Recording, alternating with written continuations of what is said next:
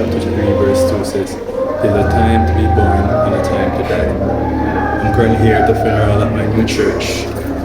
I recently got installed. Of course, funeral is a sad occasion, but it's also a time to give God thanks for the life that was lived, and to also, reflect on our own mortality, and to ensure that we make it right with God, because all of us will face that fate. And the most important thing is your relationship with God at the end of the day.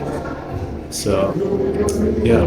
Isaiah was living in a country, in a city, in a situation where people seem to be far from God.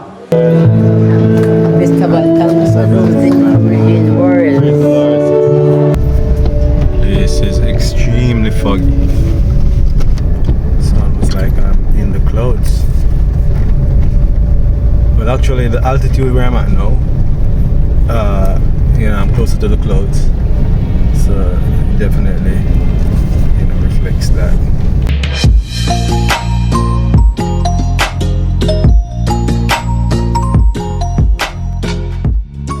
So I've been thinking about this notion of your appearance as it relates to your profession. For instance, myself and my profession. I've heard, and people have said it to me personally, and people have said it to other people, that I don't look like a pastor. When I look in the Bible, people said the same things about all the men that God called. As a matter of fact, people said the same thing about the 12 disciples. They didn't look like anybody that has anything to do with God, let alone being preachers or disciples of God. In fact, the person that called them, Jesus, he looked like them. So, while I understand, what people are trying to say in 2024, to be thinking that way is absolutely ridiculous.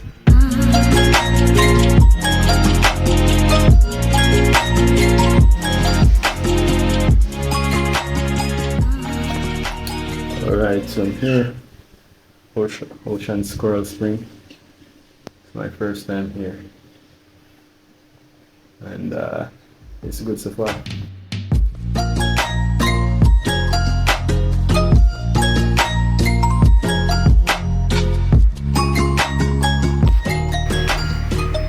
And I want to continue my theme for this vlog. There's a time for everything under the sun. This is an old map of Jamaica. I'm not sure how old. This is another version. This one looks a bit newer. Let me see if I can get the date. 1842 by John R. Smith. And I'm sure John R. Smith is dead and gone. And this reminds me of the theme of this vlog, Ecclesiastes. That's based on Ecclesiastes chapter 3. There's a time for everything under the sun. And verse 2 says, a time to be born and a time to die, a time to plant and a time to pluck up that which was planted. So yesterday I had the privilege of burying one of my friends. The reality is, the only thing that we have a choice in is how we live between our birth and our death, because we don't have any choice in death either. We don't know when we'll die, and most times we can't even prevent it. We can't do anything about it. And so the most important thing, it seems to me, in life is that you should prepare for death. And how do you prepare for death? You prepare for death by being born a second time. That's being born again of the water and of the Spirit, according to the Bible. Why? For God so loved the world that he gave his only begotten Son, that whosoever believeth in him should not perish but have everlasting life. There are two births for those who will die once, but there are two deaths for those who will born once.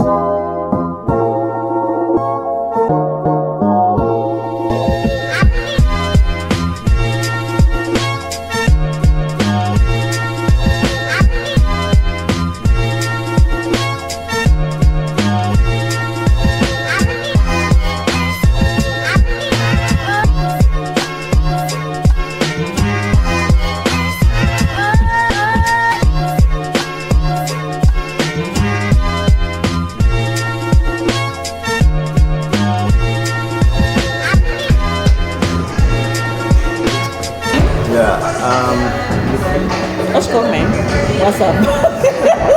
I didn't know any shoes.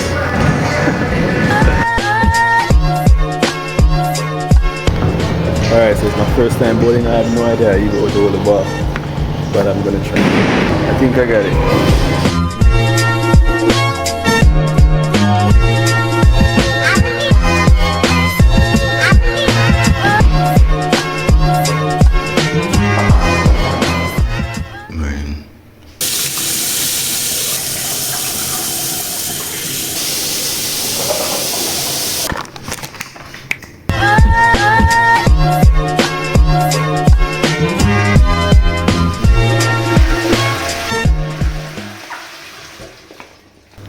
It's now 10 minutes after 7 in the morning. I don't usually wake up this early most times, but I think I got a good sleep, so I'm refreshed, I'm early, and I'm ready to face the day. Check this out.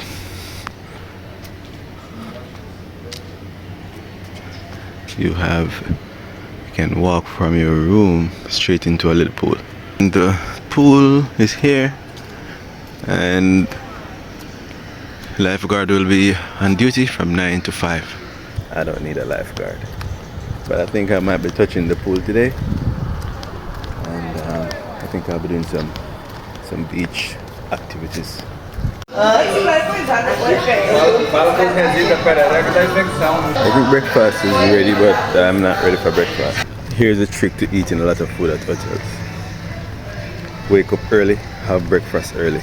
By lunchtime, you'll be hungry, and you'll be able to eat a lot of food and be at lunch early as well.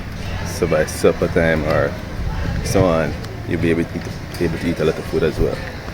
If you don't have breakfast early, you'll be eating breakfast at a later time, which will be closer to lunchtime, and you won't feel the need to eat as much food. So yeah, that's my trick. But yeah. What's your number, please?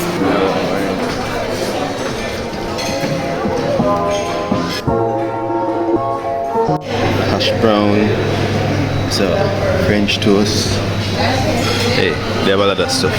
One of my things is when I come to hotel, I do not eat rice.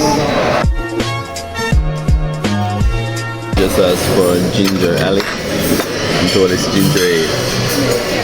Well, tomato.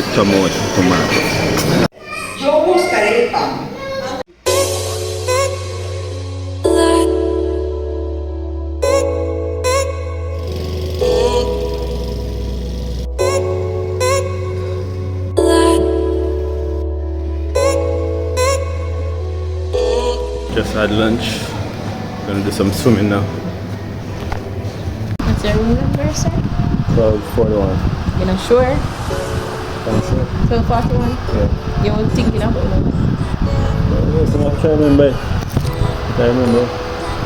Can't see on the address. It's for a duration of 1 hour. As I told you, the time is now 2:49. I ended up getting one of the snorkel. So I only have it for a whole. If I go beyond that, then I'll have to pay $100. Swimming to the deep takes a lot of fitness. Yeah. A tremendous amount of fitness. One time I tried swimming to about a reef. Where is it?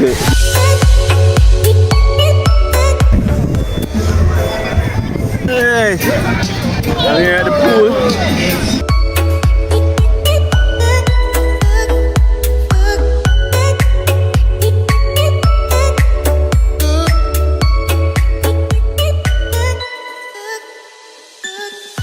Just coming from the pool, and I'm gonna go to the gym right now to burn off some of the food that I've been eating.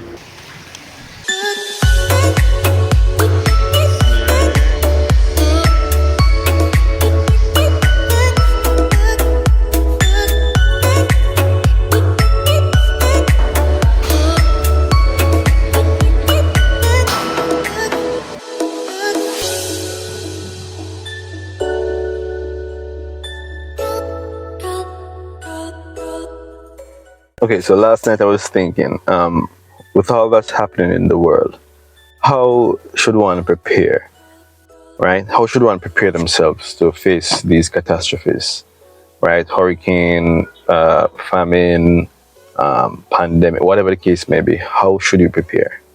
Well, here's what you prepare. You prepare for heaven. That's how you should prepare. Because all these things will happen. Your normal preparation will stop it.